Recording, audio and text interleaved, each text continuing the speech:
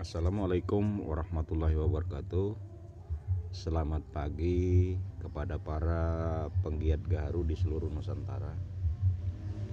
Kali ini kita akan posting cuplikan kegiatan uji coba yang saya lakukan.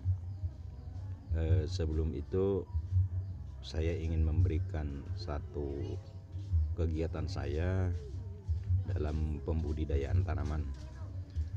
Tidak lama lagi kita akan melakukan panen sahang atau lada atau marica ya. Nih.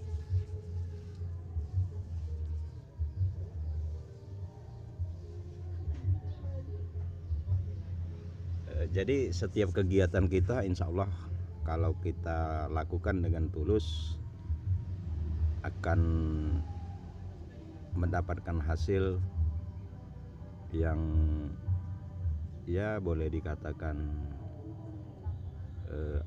bermanfaat untuk kehidupan keluarga kita.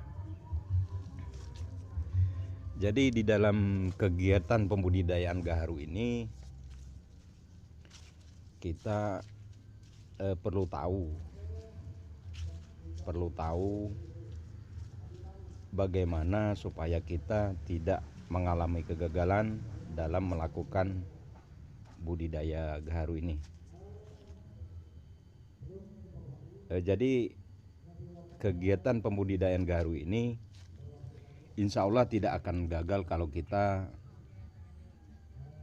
tahu bagaimana memperlakukan atau sistem perlakuan terhadap pohon gaharu ini. Obat suntik yang kita pakai memang sangat menentukan dalam menentukan hasil suntikan kita atau budidaya kita. Tapi tidak semua tergantung obat. Jadi ada teknik khusus untuk mendapatkan kubal gaharu yang baik. Dia harus ada stressing. Ketika kita melakukan penyuntikan, 3 bulan setelah kita melakukan penyuntikan, kita cek apakah pohonnya stres atau tidak.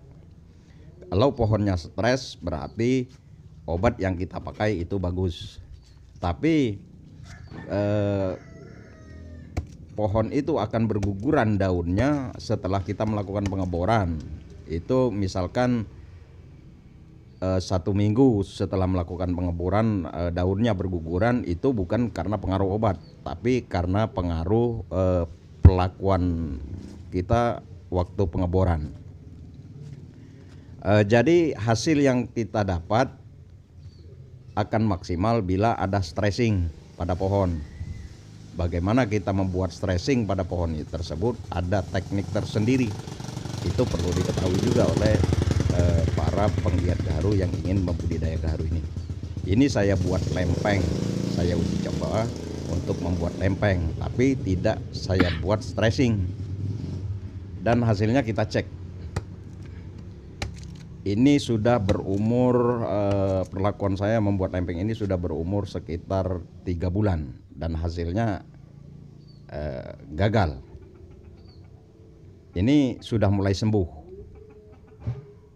Sudah mulai sembuh, artinya lempeng yang akan kita buat akan rusak. Itu baru berumur 3 bulan karena tidak ada stressing. Jadi kuncinya ada di stressing. Kalau menurut pengalaman saya, kalau tidak ada stressing, biar kita perlakukan seperti apa juga besar kemungkinan akan mengalami kegagalan. Ini saya buat jenis lempeng dan hasilnya gagal. Itu sudah dilakukan pembakaran. Dilakukan pembakaran terhadap pohon yang akan kita buat lempeng tadi. Ini usia pohon lebih kurang 6 tahun. Jadi usianya masih sangat muda. Kalau usianya sudah tua, kemungkinan stresnya itu lebih tinggi. Jadi hasil yang akan kita dapat besar kemungkinan akan kita dapatkan hasil yang maksimal kalau pohonnya itu sudah tua, karena stres pohonnya mudah stres. Ini yang saya bakar juga 3 bulan yang lalu dan hasilnya ya gagal. Ini sudah mulai sembuh, sudah mulai tumbuh kulit di antara bekas pembakaran saya dengan kayu yang di dalam, karena tidak ada stres. Ini saya buat istilah orang sini di tokak batangnya, tapi tipis. Ini sudah mulai sembuh ya. Ini 3 bulan bahkan lebih. Ini pohonnya masih utuh.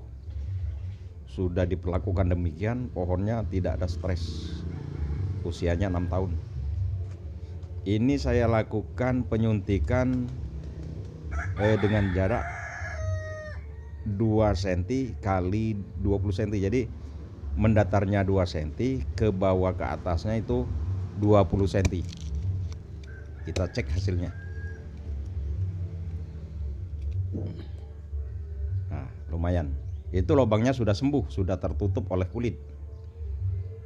Ini usia suntikan 4 bulan. Tapi itu tidak menjamin hasil ketika kita akan panen 1 atau 2 tahun yang akan datang. Ini jaraknya 2 cm ke 20 cm. Jadi kuncinya ada distressing. Ingat ya, ada distressing pohon. Itu menurut pengalaman saya. Itu obat yang saya pakai, saya suntikan sedemikian rupa dan hasilnya lumayan. Tapi itu bukan jaminan ketika kita akan panen. Oke, sekian dulu itu tip dari saya. Semoga bermanfaat. Assalamualaikum warahmatullahi wabarakatuh.